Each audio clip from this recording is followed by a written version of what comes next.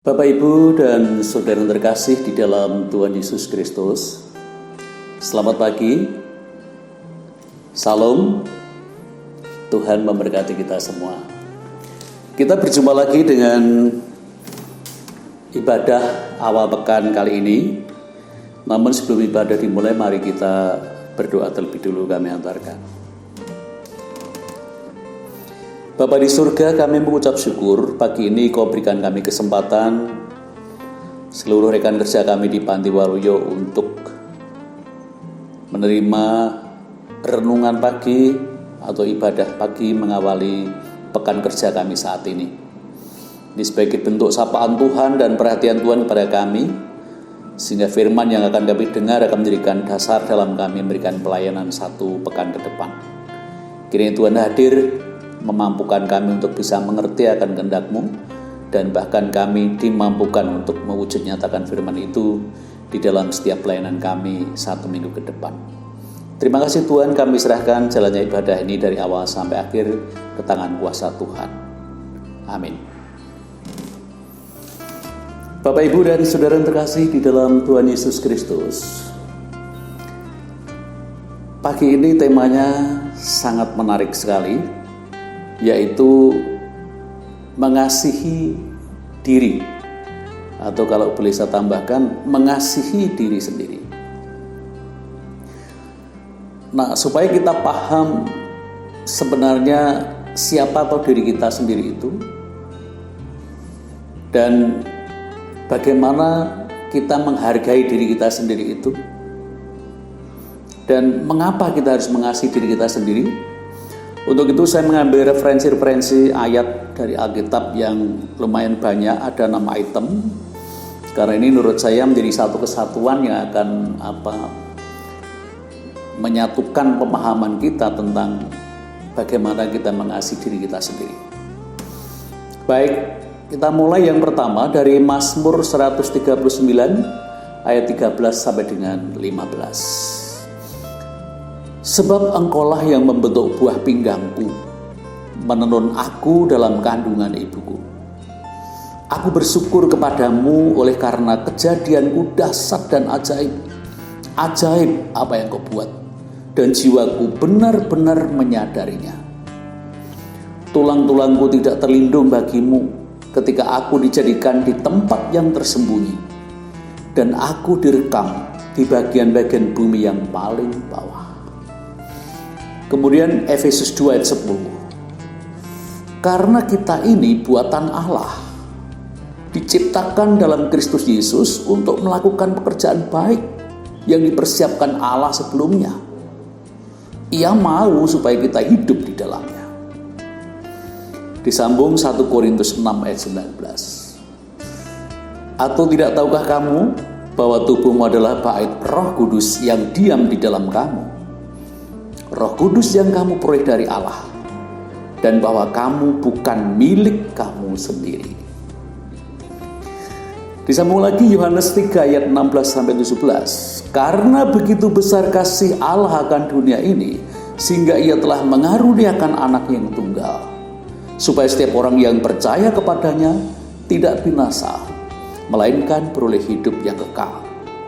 Sebab Allah mengutus anaknya ke dalam dunia bukan untuk menghakimi dunia, melainkan untuk menyelamatkan oleh Dia.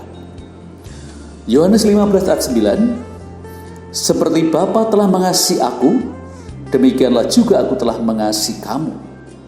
Tinggallah di dalam kasihku itu. Dan yang terakhir 1 Korintus 13 ayat 4-6. Kasih itu sabar, kasih itu murah hati, ia tidak cemburu, ia tidak memegahkan diri dan tidak sombong. Ia tidak melakukan yang tidak sopan dan tidak mencari keuntungan diri sendiri. Ia tidak pemarah dan tidak menyimpan kesalahan orang lain. Ia tidak bersukacita karena ketidakadilan, tetapi karena kebenaran. Bapak, Ibu, dan saudara terkasih, menarik tema khotbah saat ini. Mengasihi diri sendiri. Ini tema yang sangat jarang dipakai di khotbah-khotbah di ibadah-ibadah. Ya, saya baru kali ini mendengarkan. Kebetulan dapat tugas untuk menyampaikan firman dengan tema mengasihi diri sendiri. Ya, mungkin entah kenapa dirasa mungkin ini mengasihi diri sendiri seolah-olah suatu sikap yang egois, sikap yang sombong, sikap yang mementingkan diri sendiri. Ya, padahal mengasihi diri sendiri itu sangat berbeda dengan mementingkan diri sendiri. Kalau mementingkan diri sendiri itu berarti menganggap pihak lain tidak penting atau kurang penting, sehingga sentralnya adalah dirinya sendiri. Mengasihi diri sendiri tidak sama dengan kesombongan. Dan mengasihi diri sendiri bukan sikap yang egois. Kenapa? Karena mengasihi diri sendiri ini harus bermula dari seorang tersebut memahami siapa dirinya. Orang tersebut harus menerima dirinya dan bisa menghargai dirinya, bisa mensyukuri dirinya, dan yang terakhir bisa memperlakukan dirinya sebagaimana adanya dengan segala kekurangan dan kelebihan kita. Itulah yang dimaksud dengan mengasihi diri sendiri. Jadi kalau ditanya siapa sebenarnya diri kita itu, Pemazmur jelas menyatakan, Mazmur 139 ayat 13, sebab engkau yang membentuk buah pinggangku, menenun aku dalam kandungan ibuku. Jadi Raja Daud menyatakan bahwa diri kita ini adalah hasil karya Allah yang menenun mulai dari kandungan ibu kita masing-masing. Itu Allah. Kemudian dipertegas oleh Efesus 2 ayat 10. Karena kita ini buatan Allah, diciptakan dalam Kristus Yesus untuk melakukan pekerjaan baik yang dipersiapkan Allah sebelumnya. Ia mau supaya kita hidup di dalamnya. Ini artinya diri kita setelah jatuh dalam dosa kemudian diperbaharui oleh Kristus. Ya, jadi itulah diri kita itu. Kemudian ditambah lagi dalam 1 Korintus 6 ayat 19. Tidak tahukah kamu bahwa tubuhmu adalah bait Roh Kudus? Dari sini kita dapat menyimpulkan Bapak Ibu bahwa diri kita itu ternyata hasil karya ciptaan Allah. Bukan melalui sabdanya, tetapi melalui hasil karya. Mulai dari kandungan ibu kita masing-masing, Allah berkarya. Ketika kita sudah jatuh dalam dosa, ada kerusakan. Yesus Kristus membentuk kita kembali, mengulang kembali, direkonstruksi lagi menjadi manusia baru. Jadi kita itu adalah betul-betul murni hasil ciptaan dan hasil karya Allah. Dan bahkan di dalam 1 Korintus 19 tadi, kita ini adalah bait Roh Kudus.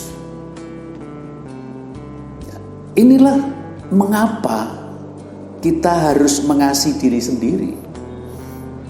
Ya. Karena Allah sudah begitu besar mengasihi diri kita. Allah yang menciptakan, Allah yang membentuk diri kita, Allah yang memakai diri kita sebagai baitnya. Allah sangat mengasihi kita. Yohanes 15 ayat 9. Seperti Bapa telah mengasihi aku, demikian juga aku telah mengasihi kamu. Tinggallah di dalam kasihku itu. Jelas bahwa Yesus Kristus sangat mengasihi diri kita. Dia rela berkorban, mengorbankan tubuhnya dan darahnya karena membela kita. Itu bukti bahwa Yesus Kristus, Tuhan kita, sangat mengasihi kita. Diperkuat oleh Yohanes 3:16, karena begitu besar kasih Allah akan dunia ini, sehingga ia telah mengaruniakan anak yang tunggal, supaya setiap orang yang percaya kepadanya tidak binasa, melainkan beroleh hidup yang kekal. Ini yang melatar belakangi mengapa kita harus mengasihi diri kita. Karena hal mengasihi diri sendiri, jangan lupa Bapak Ibu, akan dipakai sebagai barometer atau standar atau tolak ukur di dalam kita mengasihi sesama. Karena Yesus di dalam hukum kasihnya mengatakan, kasihlah sesama manusia seperti dirimu sendiri. Nah, kalau kita tidak bisa mengasihi diri kita sendiri, mana mungkin bisa mengasihi sesama. Itu artinya, jadi mengasihi diri sendiri ternyata sangat penting sebagai acuan, sebagai rekomendasi di dalam referensi, di dalam setiap insan ini mengasihi sesamanya. Untuk itu ditekankan di sini bahwa kita harus mengasihi diri kita sendiri. Kecuali Allah lebih dulu mengasihi diri kita, ternyata ada makna yang ada di dalamnya, yaitu akan menjadi referensi, tolak ukur bagaimana setiap insan diri kita itu mengasihi sesamanya. Pertanyaan berikutnya adalah, bagaimana cara mengasihi diri kita sendiri?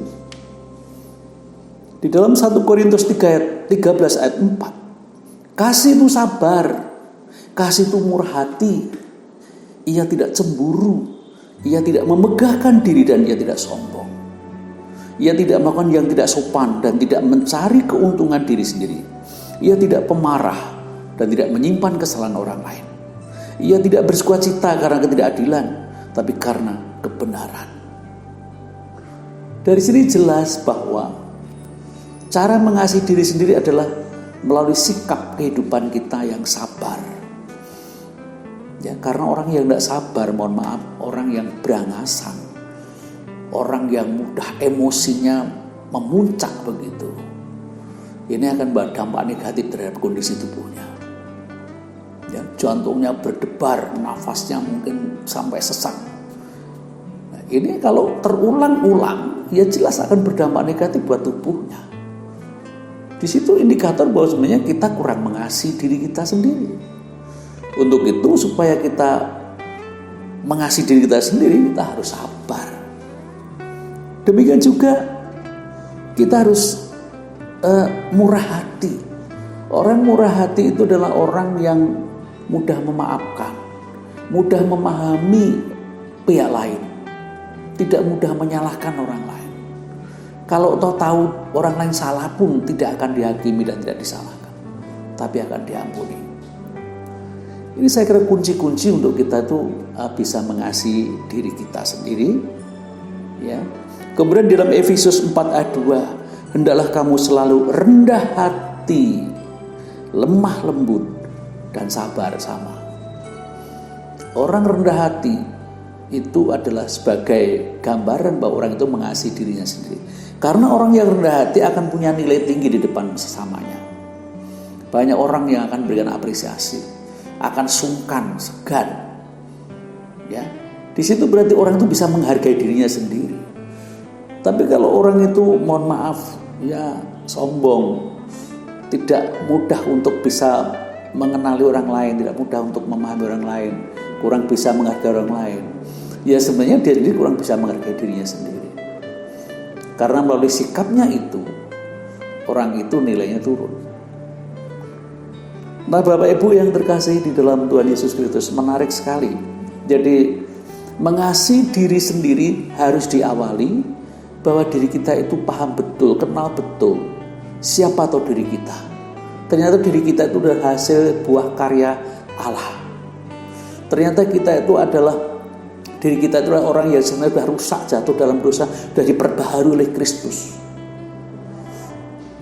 Itu membuktikan bahwa Allah itu sangat mengasihi diri kita. Dan berikutnya, kenapa kita harus mengasihi diri kita sendiri? Ternyata ini menjadi barometer, menjadi rujukan, menjadi standar bagaimana kita ini akan mengasihi sesamanya. Untuk itu Bapak, Ibu, dan Saudara, mari mulai sekarang, tidak ada istilah terlambat, kita mengasihi diri kita sendiri. Diri kita sebagai manusia ciptaan Allah yang dikasihi Allah, maupun diri kita yang mempunyai segala kekurangan dan kelebihan. Sudah pasti, ya. Jadi tidak mungkin ada orang yang sempurna. Juga diri kita dalam arti segala hasil karya kita, karier kita, kompetensi kita, talenta kita, keluarga kita, lingkungan bermasyarakat kita, itu adalah diri kita sendiri.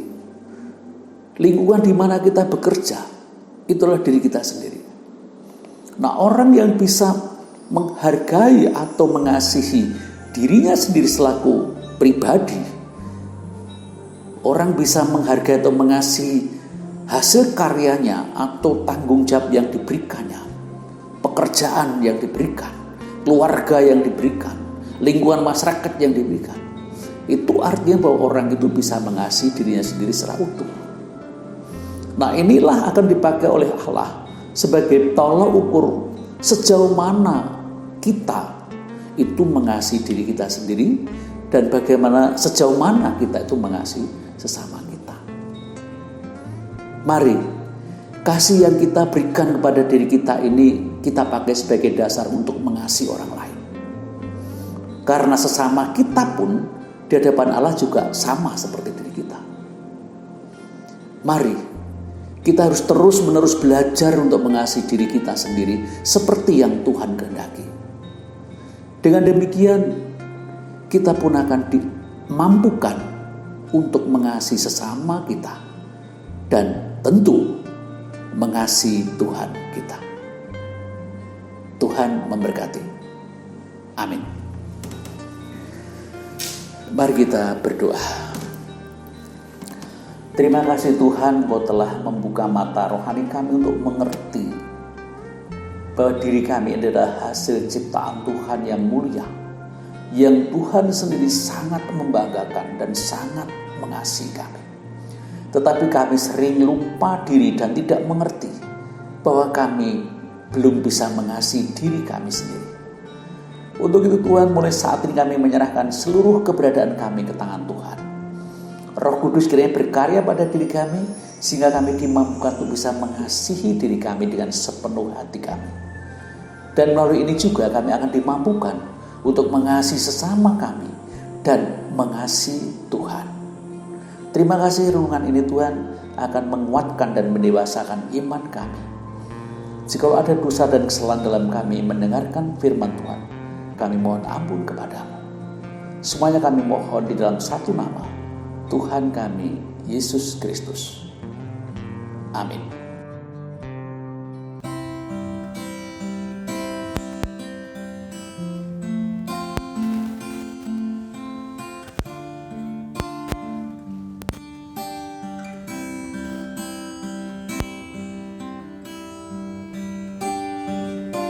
Selidiki aku, lihat hatiku, apakah ku sungguh mengasihimu, Yesus? Kau yang Maha Tahu dan menilai hidupku, tak ada yang tersembunyi bagimu. Aku lihat kebaikanmu yang tak pernah habis di hidup.